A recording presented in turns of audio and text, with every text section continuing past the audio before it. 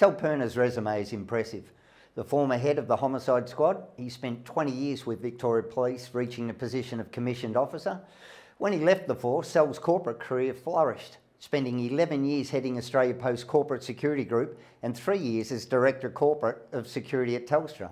He's been the chairman of Crime Stoppers in Victoria, a long-serving member of AFL Victoria's Tribunal, and an ex-Chief Commissioner's representative and ex-Deputy Chair of Victoria Police Blue Ribbon Foundation. And only last year, Sal retired as a Racing Integrity Commissioner for Victoria Racing. Currently, he sits as a board member of Tennis Australia and the NBL. Now, that's quite an impressive resume, Sal. Welcome. Good morning, Michael. Thanks for having me on. Now, Sal, inquiries have featured heavily in recent weeks, especially over the iCook Food saga, and I'm sure you would have seen and been part of many inquiries given the role you've had. How many actually have you been involved in? Oh, I couldn't tell you a number, Michael. There's but one thing that I found, particularly in the corporate world, was that there were frequent and numerous instances where complex things would happen and that you had to investigate it just as you would have to do it if you were still in a criminal investigation environment. It's one of those things that has a number of features that replicate what you would do if you're investigating murder, for example, and some of the ones that you talk about, like iFoods and others, replicate that. You've got to be very thorough, you've got a lot of people to talk about, but you can't lose sight of the principles. So, we were always taught as young detectives that any investigation was a search for the truth. That's what you're looking for. Your ultimate focus wasn't to find the person that's responsible. That came later. But searching for the truth was it. And that applies in the corporate world just as much as it does in any industry, just as much as it does in the criminal world. Now, I know you're not going to be drawn into the iCook Food saga, but there's a saying in politics, you only ever have an inquiry when you know what the outcome is. Do you think the inquiry into iCook Foods may have a predetermined outcome, and is a parliamentary inquiry the right inquiry for a saga such as this? Yeah, and they're really good points to raise, Mike. And I don't know enough about it to give you, I guess, an informed opinion on it. But what I do know about things like that is that the first thing you've got to do is get someone to investigate the matter that's going to be interested in pursuing what the truth is. Did someone die? Did they die as a result of the food that they were given?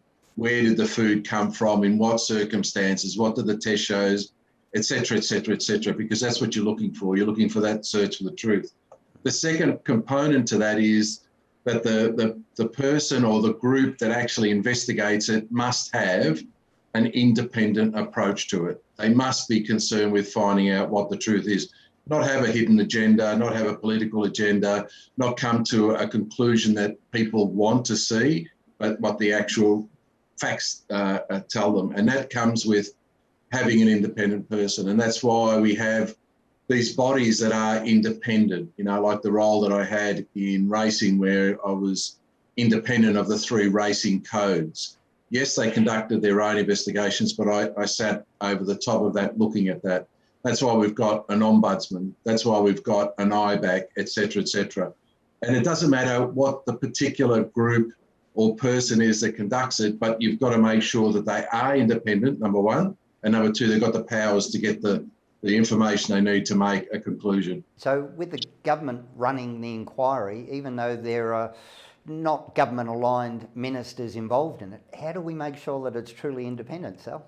Well, I think in that case, from what I gather, there's also a police investigation that's occurring. And that's the sort of example that I'm giving, that you've got someone that's independent. The police won't have an end result that they're looking for. They're trying to find out what actually happened, gathering the pieces, et cetera, et cetera. And they've got, secondly, the power to get the information they need. So in some cases where you've got a body that's investigating, they can't get access to information because people aren't giving it to them, or, claiming it's missing or been destroyed or whatever. In this case, you've got the police that have got power to get it. So I think the fact that you've got that independent investigation going on will give people a lot of confidence that we'll find out what happened. So now the police inquiry is running concurrently with the parliamentary inquiry. Do they ever merge?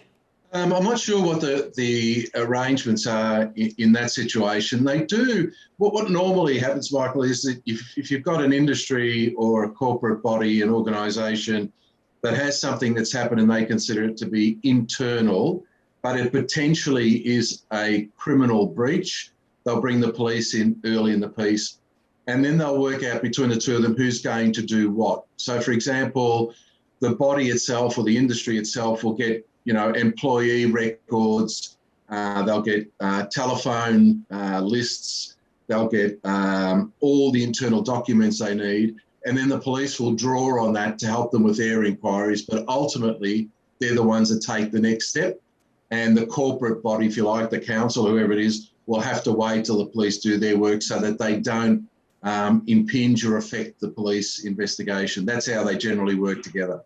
With your role on this many sporting boards that you have, the internet, gambling and all the rest of it would play a huge part in the workload that you would do. Who plays the lead in that, the police or the organisation?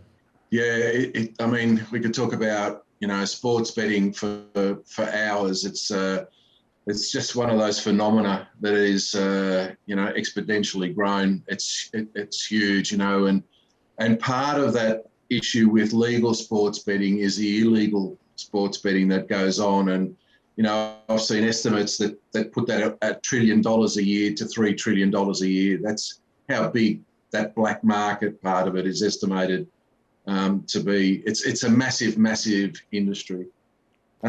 It's a similar situation to previous. So if you've got a sporting body that suspects there's something not quite right occurring, they'll have a look at it from an internal perspective. So, for example, if it's a sport that you think maybe a player or a team is doing the wrong thing, they're throwing the game, they're not trying hard enough, they're using illicit drugs, whatever you think is happening to affect the odds on the game or people getting paid out, they'll do their internal work.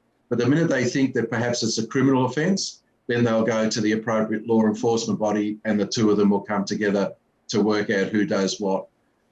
In racing, for us, it was a lot easier because we've had betting associated with the sport, for over 100 years and understand betting pretty well. And we understand where the weaknesses are, the risks that you have.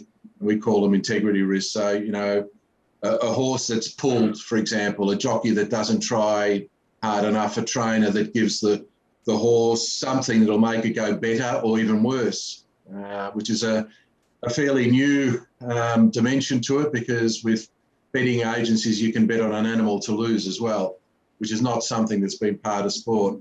So all of those aspects are handled internally, but the minute you think there's something a bit, smelly as far as the criminal law is concerned, then you've got to bring in the police or the appropriate law enforcement agency together. In your long career, Sal, have you ever been overtly approached?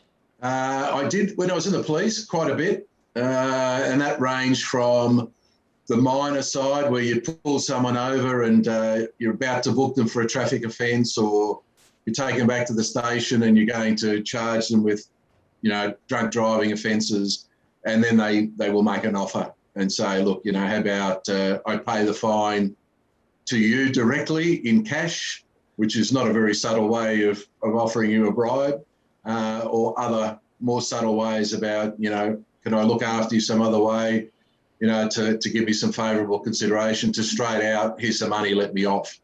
But not so much at the more, what I think, serious approaches when you've got someone who's been charged with a criminal offence and they want to get offered, and then we'll ring you and say before the court, what can we do to make this go away? And I think they're few and far between these days, because they understand, that you can track communication so very easily via texts, via phone calls, via emails, etc. that, this is the sort of thing that doesn't happen as much as it used to in the older days, if you like. And what do you say to people who say that putting all of the money into the integrity of sports gambling is actually encouraging gambling, and if people want to put their trust in it, they probably shouldn't? Yeah, I think it's hypocritical, Michael. Putting money into the integrity part is your assurance that things are going okay. you've got to spend money on things. For example, most sports now have intelligence analysts, and they're continually scanning the betting landscape. How much is being bet on a particular person, a particular animal in a particular event? Because that's the first step that's going to give them some sort of idea of whether or not everything's going okay. And to give you an example, in racing, the racing intelligence analysts will create their own markets. So they'll look at every horse in every race and say, that horse number one in race number one should be about 6-4. And if the markets are offering 10-1, okay, there's your flag that's gone up. There's something suspicious, which means they can put their resources and their efforts into it. And there's a whole myriad of other things that they do. So, for example, they do out-of-competition testing. They do random stable inspections. Things like that that are all part of this integrity approach that must be done so that people who want to bet can say, okay, you know what? That's an even playing field. I'm happy that I can bet knowing that my horse or dog or whatever the situation happens to be has got just as much chance of winning as any other horse or dog in that race, because there is an integrity group and they are doing that work to make sure that everything's okay. Oh, great to know, Sal. There's the odds straight from the horse's mouth. Thanks so much. Thanks so much for your time, Sal. Really appreciate it. My pleasure. Thanks for having me on, Mike.